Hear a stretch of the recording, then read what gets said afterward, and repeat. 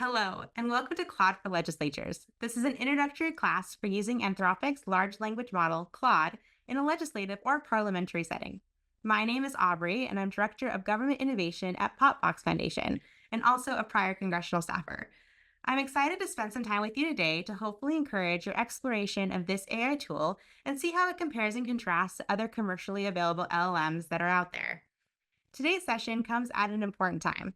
Legislatures around the world are issuing guidance allowing for the internal use of generative AI tools by legislative staff and members. For example, the U.S. House and Senate have both issued guidance allowing for a number of commercially available LLMs and continue to update that guidance over time. So, whether you are new to using AI or very experienced in it and just new to using Claude, I'll be covering relevant information for you, a mix of baseline best practices as well as specific use cases that Claude excels at. Throughout this training, we will explore understanding Claude, what it is and how does it differ from other LLMs that are out there, such as ChatGPT. We're going to go over effective prompt creation techniques specific to Claude, best practices for using AI in a legislative or parliamentary setting, and an overview of use cases relevant to congressional work. Lastly, we're going to have some fun playing with the tool itself, with a couple hands-on examples to help you dive into exploring Claude on your own. Before we start, I do want to be transparent about the information being presented. We've developed this training to be in compliance with general best practices and themes that we've seen emerge in the guidance issued by legislatures across the globe. However, that does not mean that the information presented today will completely align with the guidelines and restrictions that apply to you personally. As a result, it is vital that before using any generative AI tools, that you first review all the existing guidance and restrictions that may apply to you, not only from your institution, but your specific office that you work for. Claude is an AI assistant developed by Anthropic, designed to be conversational and to provide thoughtful, nuanced responses. Let's start with discussing how Claude is different than other LLMs that are out there. One of Claude's greatest strengths is its larger context window. Claude can remember a lot more information as part of a single conversation, of up to about 200,000 words. This is helpful when you think of use cases such as analyzing lengthy bills, committee hearing transcripts, or committee reports. It also is relatively good at nuanced policy analysis. Claude has been designed to provide measured or more balanced responses on complex policy issues and may be found to show less political leaning. It also has very strong summarization abilities. Claude excels at distilling key points from large documents while maintaining important nuances. This is critical or crucial for legislative analysis. However, it definitely performs best when set up with a strong prompt that really helps you pick out and helps the tool know what to look for. Claude also excels with citation capabilities. When prompted well, Claude can provide references to source material, which then, when you're going back to verify it, can save you a lot of time. Now, let's go over some strengths of other LLMs as compared to Claude. The first one is code generation. While Claude can write code, other models often produce more accurate and functional code for complex programming scenarios. Also, Claude's knowledge is limited, whereas other LLMs may have actual live internet browsing capabilities. Lastly, I'll highlight that unlike ChatGPT, Claude doesn't have an ecosystem of plugins to enhance its capabilities. With this mix of strengths, I recommend that you don't think of one LLM as being better than another, but rather that they're all tools in your toolbox that can be used for different purposes. For example, you might use Claude for analyzing a large committee hearing or bill, but you might turn to ChatGPT for generating data visualizations. At the end of the day, the strength of each LM is really mastered by the effective prompt creation and what you put into it to get your response back. Like any LLM, the quality of Claude's output depends significantly on how you formulate your requests. So let's explore techniques to get the most out of your prompts. I'm going to go over some top-line tips to demonstrate how to use them to enhance a single prompt. In this case, let's turn to a bill that was introduced in the U.S. House of Representatives. For demonstration purposes, I'm going to use a bill that I randomly selected from last Congress. So here, let me share my screen with Claude up, and we'll do it together. So instead of asking Claude to simply draft a policy memo, which is our goal here, we're going to set it up for success by being much more clear about exactly what we want. The prompt I'm going to use is actually going to be, say, I'm a policy staffer for a member of Congress, and need to create a one-page policy memo on the attached bill, HR 10550, which in this case has already been introduced. I've also attached an example of a policy memo to use as a template. Matching the length and structure of the attached memo template.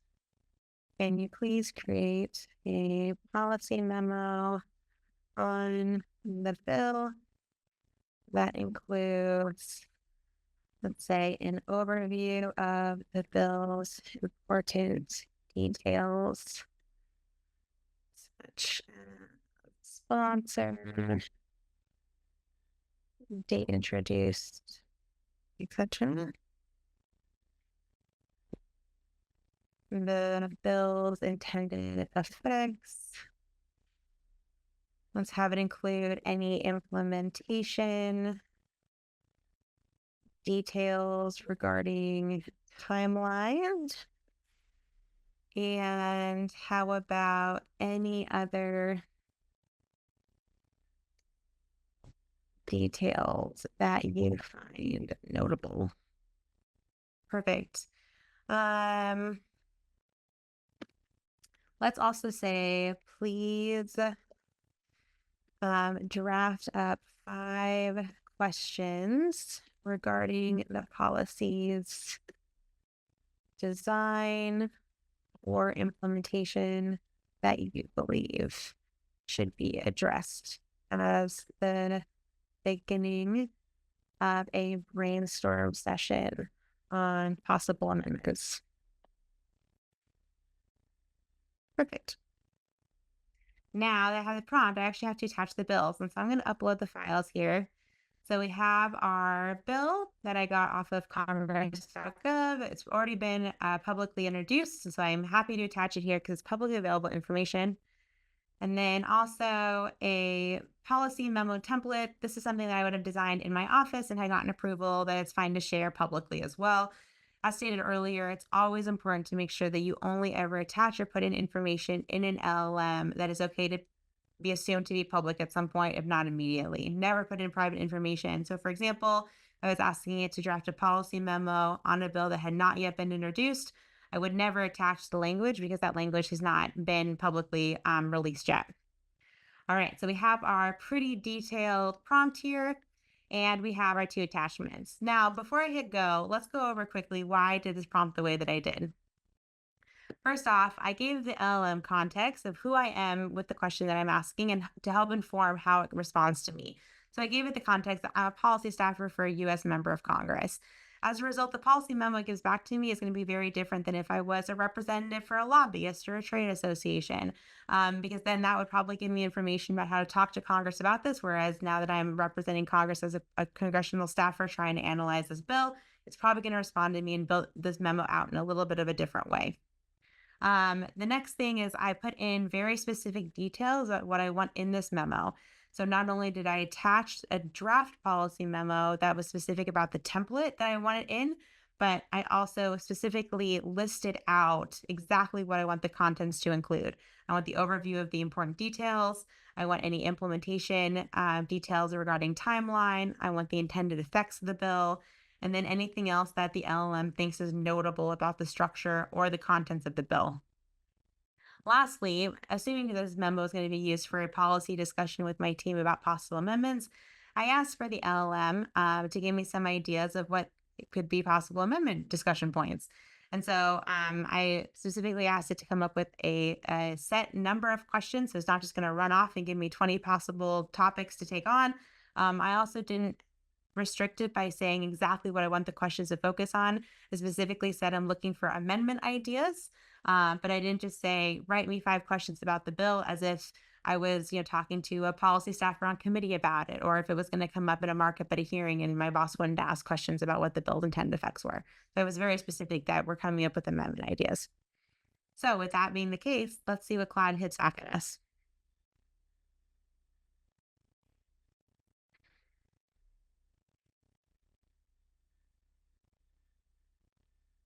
So one of my favorite parts about Claude is that in the newest versions, it has this sidebar that opens up that actually builds out for you the product that you asked it for. So on the left-hand side of our window is our conversation, but on the right-hand side is the policy memo that it's building out for me. For those of you who have not actually seen Claude in action, like all LLMs, this is very fast.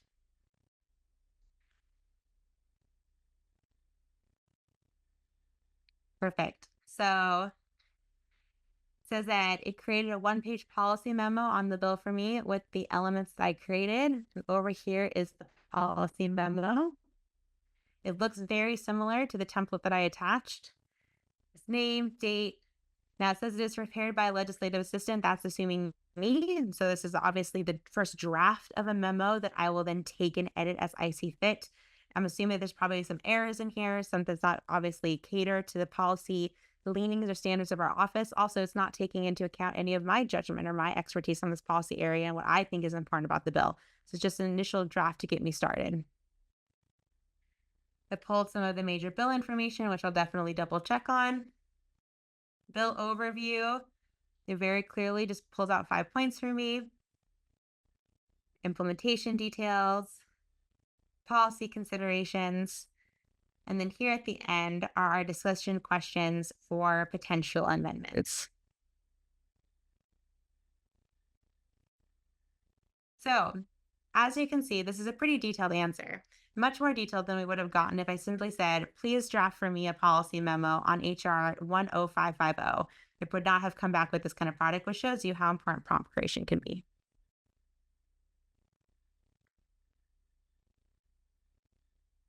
Now that we've seen what Claude can do, one of my favorite things to do when I'm starting to play with different LLMs is to actually do side-by-side comparisons of 2 different models. I feel like it really helps me understand the strengths and differences between how the different models process information. So let's do that with this prompt. So I have ChatGPT opened in another window.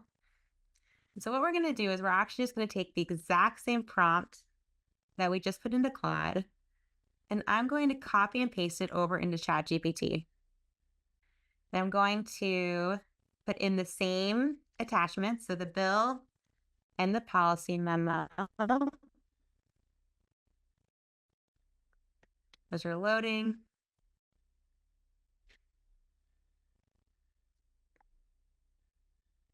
And let's see what ChatGPT makes up for us. So as you can see, equally fast, but a little bit different. It doesn't have the pop-out window that Claude has.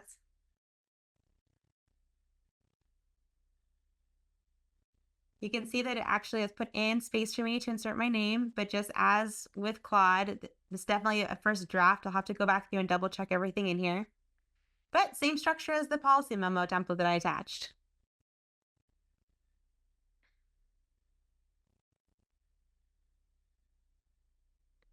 So in practice, if I was actually going to use this draft of a memo for my boss, I probably would end up pulling over the information of both of the different memos that each LM created. I'd probably compare and contrast the two and probably end up with a mix of both of them.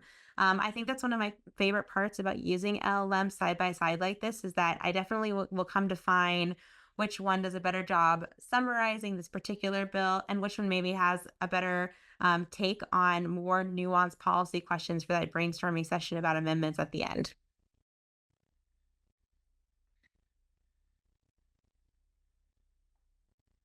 As you can see, here are those brainstorming questions for this one. They definitely took a different approach than the ones that Claude did. The last thing that I'll say about this particular prompt creation, and for any actual prompt creation, is that if I was going through here and I noticed that, for example, the implementation details that were created or included in this memo weren't detailed enough, I could go back in and say, please actually expand upon the implementation details and have each bullet point be at least 3 sentences. And that would actually, that kind of iteration really helps the machine understand a little bit more about how much detail you want in this memo versus it being more brief and more of a summary. And so iterating and putting in different details into the prompt will actually over time help you know exactly the structure to put in to help you save time on the back end with that first draft. Now that we've gone over one use case with prompt design, before we jump in and play with the tools more, I want to take the time to go over some best practices for using AI in a legislative setting. It's essential that you pay attention to security, accuracy, and ethical considerations when using these tools. And so, for that, I want to go over some baseline do's and don'ts that at this point should hopefully sound pretty common sense. The first one is to take the time to really know your institutions and your management's guidance on using these tools and recognize that these guidance documents can change over time. So it's always worth going back every couple of months and making sure that you're following the most up to date restrictions that are placed on you in your place of work.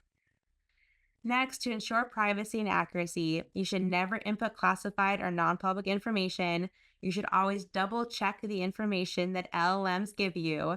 And you should always try to document your transparent document use to ensure transparency. Not only does this help foster trust with using these tools in parliaments, but it also can spur innovation by your teammates understanding how you're starting to innovate with these tools in your own workflows.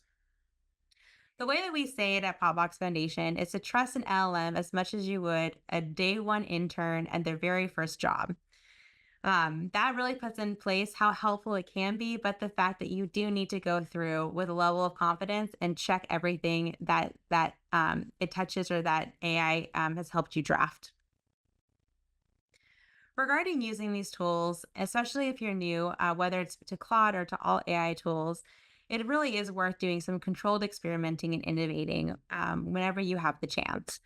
Start with easy, no risk tasks and explore use cases as they arise. When I was first starting to play with Claude, I know I just kept it up on a window at all times. And whenever something came up where I thought, maybe this is something that Claude could help me with, I would turn to it, play around with a couple prompts, and see where it's helpful and where it isn't. As you do gain familiarity and confidence with it, you can start playing with more complex prompts and even have it start being something that you rely on a little bit more consistently for specific tasks that are part of your everyday workflow. Regardless of how often you use these tools, how confident you are with it, or even how much your management allows you to use them, you need to understand that you should always retain ownership of whatever AI touches in your workflow. You must preserve your own judgment, understand that your subject matter expertise remains crucial, and listen to your gut. Let's turn back to Claude and play with some prompts that are particularly useful in a congressional context. With that, let me go back to sharing my screen. Perfect. So as you can see, I have Claude pulled up again. So let's start with the use case of some bill analysis and briefing preparation. Let's say I'm a congressional staffer working for the U.S. House, and my boss is considering reintroducing HR 10420, which I will attach so that the LLM can read it. Please provide we're going to give it a list of things to do. Let's say, provide a one-page summary of the bill's key provisions, just to remind us what it does.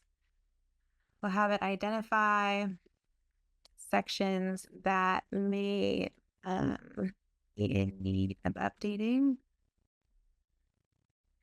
Let's ask it to list potential policy enhancements to boost its implementation. And lastly, let's ask it to list out 5 talking points that my member may use to talk to colleagues about the necessity of the bill's updates and how these changes make the bill more relevant for districts across the country. Perfect. So just like before, let's actually attach the bill. Looks like here it is. All right, let's see what it comes up with. So once again, going back to our prompt best practices, I've given it context. I've attached what I wanted to reference very specifically, so I know exactly the bill that it's pulling from when it comes up with these ideas. That bill was already introduced in a prior Congress, and so it's publicly available.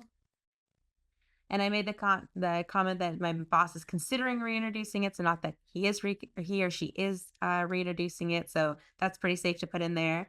And then I've given it a very specific list of what I want it to generate for me with the prompt.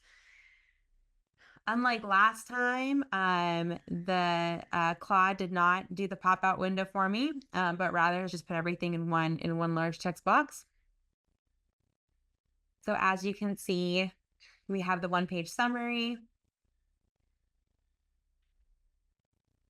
And I did not give it specifics on what I wanted in the one-page summary. So you can see here what the LLM just came up with by itself. So it pulled out everything about the grant and the funds, the target populations in the bill. Here's my section on potentially needed updates. As you can see, it's referenced the specific sections of the bill, so I can go back and look at those sections to see how great these recommendations are or whether or not we would actually agree with them. Various potential policy enhancements. So these are completely off the wall recommendations. These are completely new ideas, not based in any of the actual specific policy that's in there. These are additional policy ideas. So if we were going to expand the bill scope, that's what Claude's giving me here. And then here are the talking points that I drafted for my boss. So a good way to help me start brainstorming, or maybe it's a good way for, as a legislative assistant, I can work with my comms team and help us understand new ways of how to pitch this bill if we're reintroducing it to get more original co-sponsors before dropping it, depending on how much of an array of audiences we want to hit. So that was helpful. Let's turn to the next use case and actually see what the implementation of this bill is like. Obviously, this seems to be a little bit of a complicated bill. Some people are more visual learners, so maybe while we're trying to gain co-sponsors, it would be helpful to actually have a visual of how implementation works. So let's just ask it for that. So say, please, can you create a visualization flow chart of the bill's implementation on a timeline? Let's say implementation and top of this. Then let's see what Claude comes up with.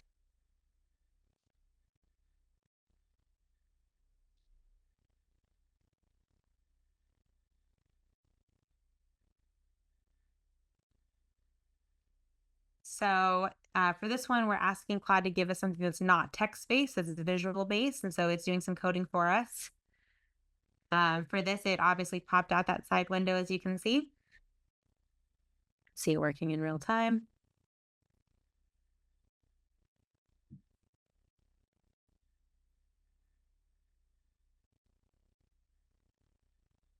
As a prior congressional staffer that did legislative work, this is one of my favorite use cases of Claude, is the visualization of actual timelines. I know that in some authorization bills that we've been playing around with, POPVOX Foundation, this particular use case has been amazing to ask Claude to help visualize the agencies that are being called or authorized to take action, have a diagram of those agencies, what actions they've been authorized to take, and the timeline of when they need to take it.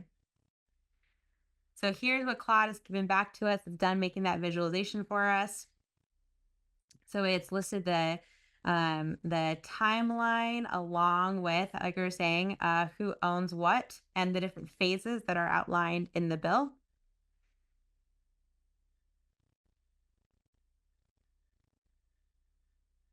I'll give you a second to look at that.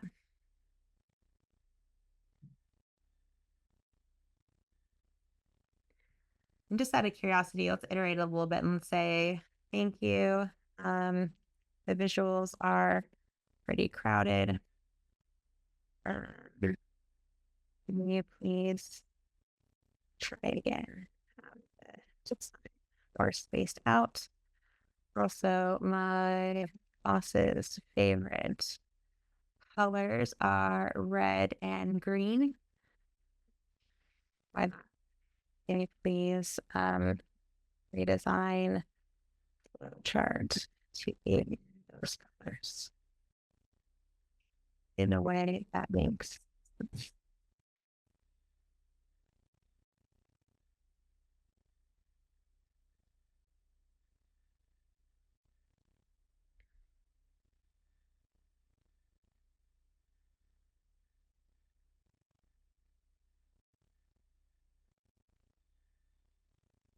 Once again, from a brainstorming perspective, this is fun because if you just have it come up with just that kind of initial visualization, once you go back and actually check to make sure the details are correct with how it's been visualized, just taking that visualization and giving it as a draft to a comms team that they can take it onto a different design or graphic design platform and come up with something that is a lot more visually appealing. It at least gives them something to start versus a legislative assistant having to sit down with a comms person and try to like pencil and paper out what they're thinking a flowchart could look like.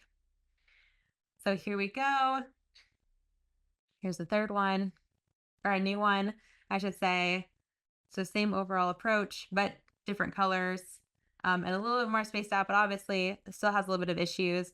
And as we talked about during the overview of the LLM, one of Claude's strengths is its summarization abilities, but one of its more kind of weaknesses is coding, and we're kind of seeing that here. I think that if we were to take this prompt and put it in a ChatGPT, we'd probably come up with a lot better of a flow chart.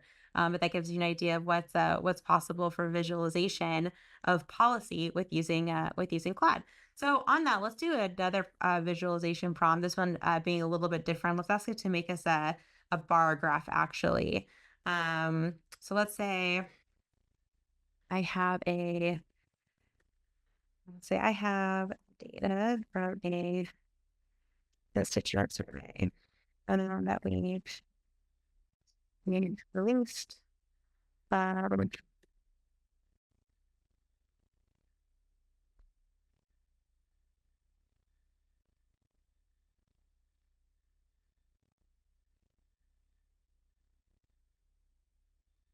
Run on the pairing super servers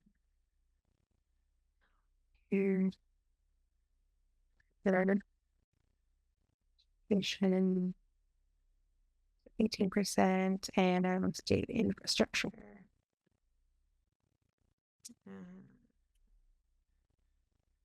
Where's some of those?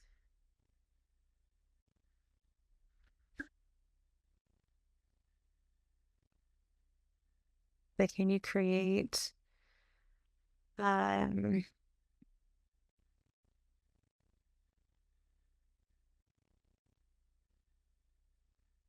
let's just have an interactive visualization. Then it's data displayed as do a horizontal bar chart and have it in our district colors. Let's go blue and gold this time. And let constituents be able to hover over the bars to see the percentages. All right, let's try this.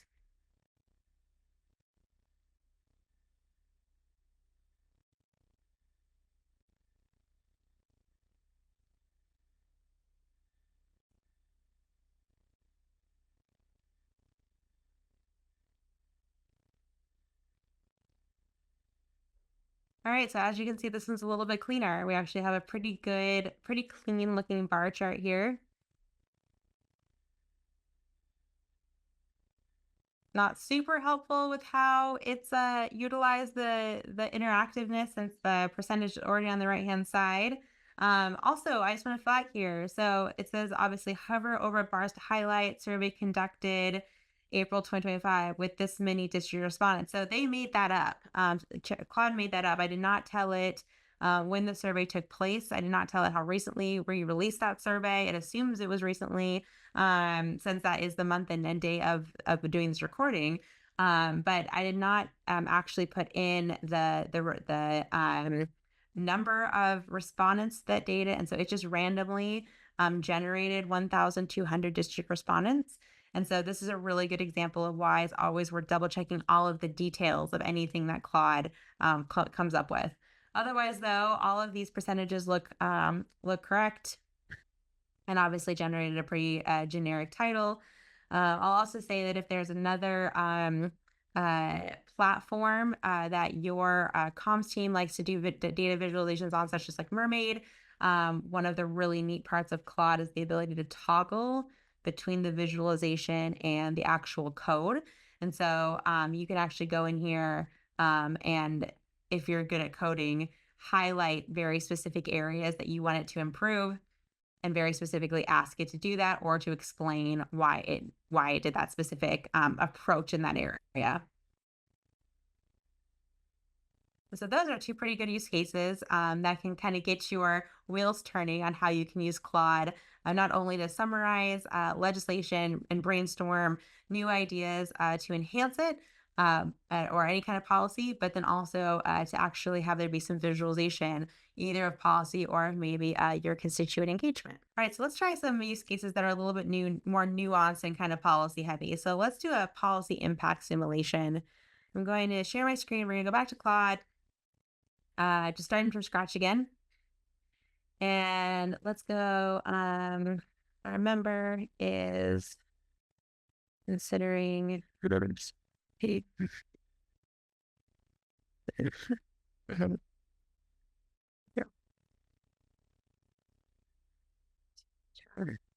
base 7.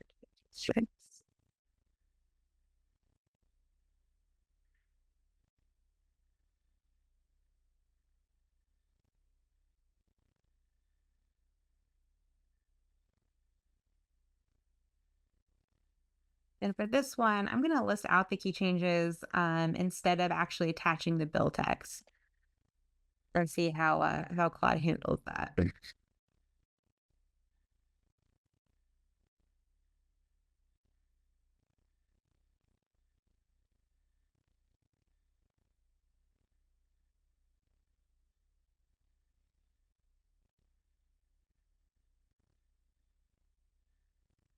Put in a couple options here. Give it enough that it really has to crunch some numbers.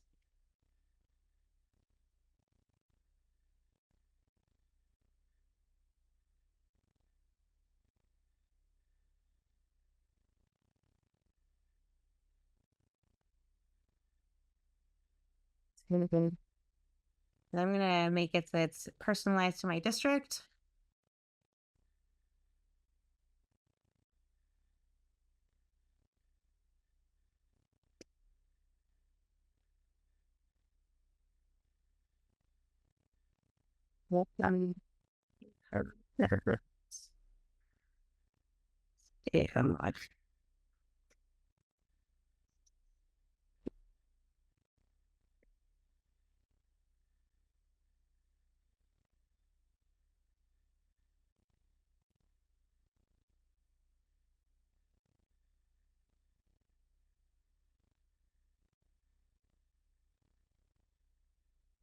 All right, let's have it estimate how many households in my district will benefit. Let's ask it to project the potential economic impact in terms of investment. Compare the existing tax structure and suggest talking points about these changes that emphasize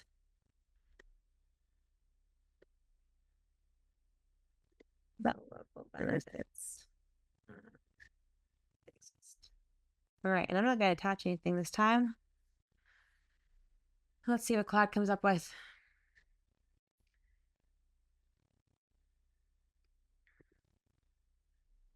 Asking me if it wants to do the search on the information I did not provide for it. So I'm telling it yes. But this is the opportunity for you to actually put guardrails around what what Claude does pull from. And so this is where you could attach documentation that you specifically wanted to resource versus it turning to the internet, which is what I'm going to have it do.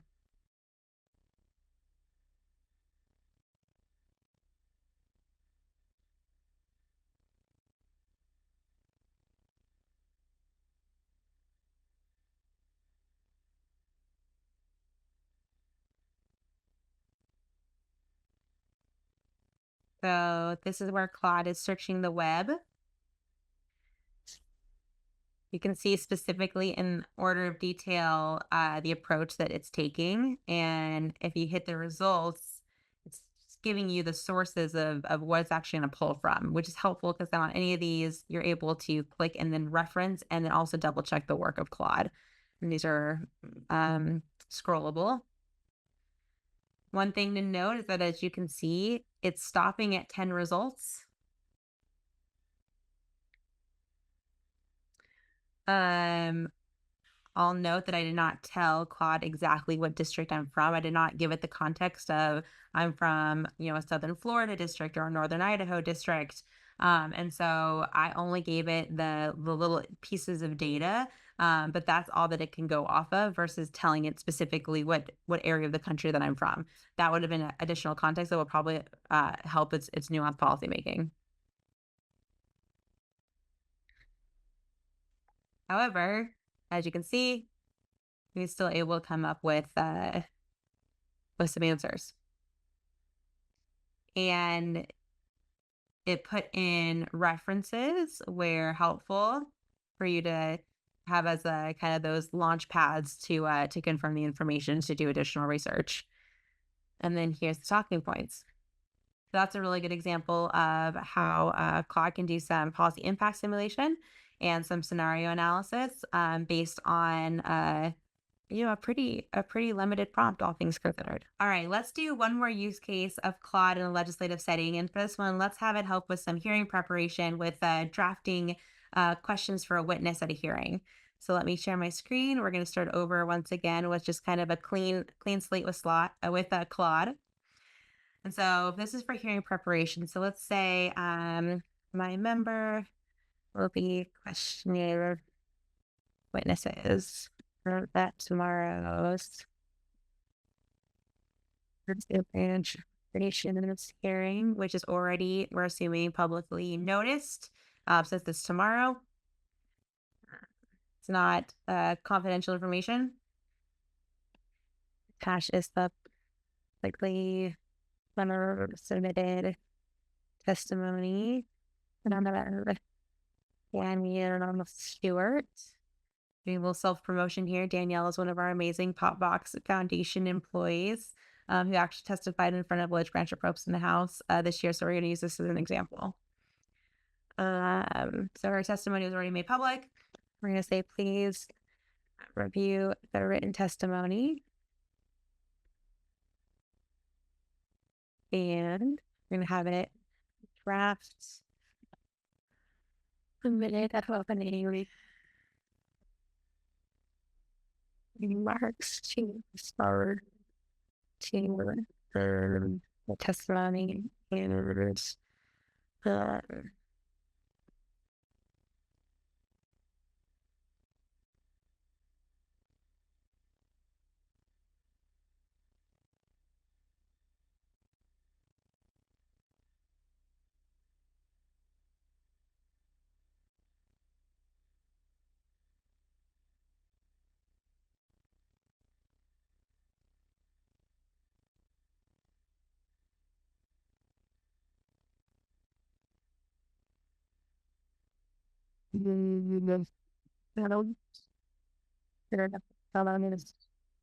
medias have these questions be conversational and non-combative. Perfect. And then for this, I'm going to go ahead and upload a file. So we're going to actually do our testimony. Should I have here? Perfect. So in this use case, I am approaching this obviously as a staffer who is aiding a member who's going to be at this hearing and is going to be questioning the witnesses. And so that's the approach. So here's the opening remarks that the member could make. Once again, it's just an initial draft because it doesn't know who my member is. It doesn't know my member's priorities. It doesn't know from a policy standpoint how much my member actually agrees with anything that Danielle is testifying about or any of the witnesses are testifying about, let alone the overall tilt of the hearing if it were to have a political narrative attached to it. And so here's just a starting place of opening remarks. And then here's 5 potential questions. As you can imagine, for large hearings in any kind of legislative setting, especially if you are a member pretty far down the list of questioning, it's very helpful to have a whole bank of questions to be able to ask the witness and to be able to upload testimony and then have there be the ability to brainstorm a number of questions can really help on these short timelines that sometimes these hearings come up for. And so this is a really great use case that I wish I was able to turn to when I was a legislative assistant on the Hill. Because I definitely think it not only helps with brainstorming, but also just helps with the workload of thinking about all of the different approaches that you could take regarding the tone and the policy outlook of the member for coming up with a huge variety of questions for a huge panel of witnesses, like on a short timeline, like I mentioned. So I hope that you found these use cases helpful, that seeing Claude in action has been helpful. Once again, I can't recommend enough to pull up Claude, pull up ChatGPT, pull up another LLM that your institution has approved side by side and try prompts in all 3 of them to compare and contrast which tool is better at what task and how that benefits you the most. I know that in my daily work, I do use multiple of them at the same time and actually will pull from all of them to kind of make a patchwork that I'm able to go off of, especially for brainstorming. I think that all of the different perspectives of the tools actually can really lead to some amazing kind of magic to happen. And it saves me a lot of time.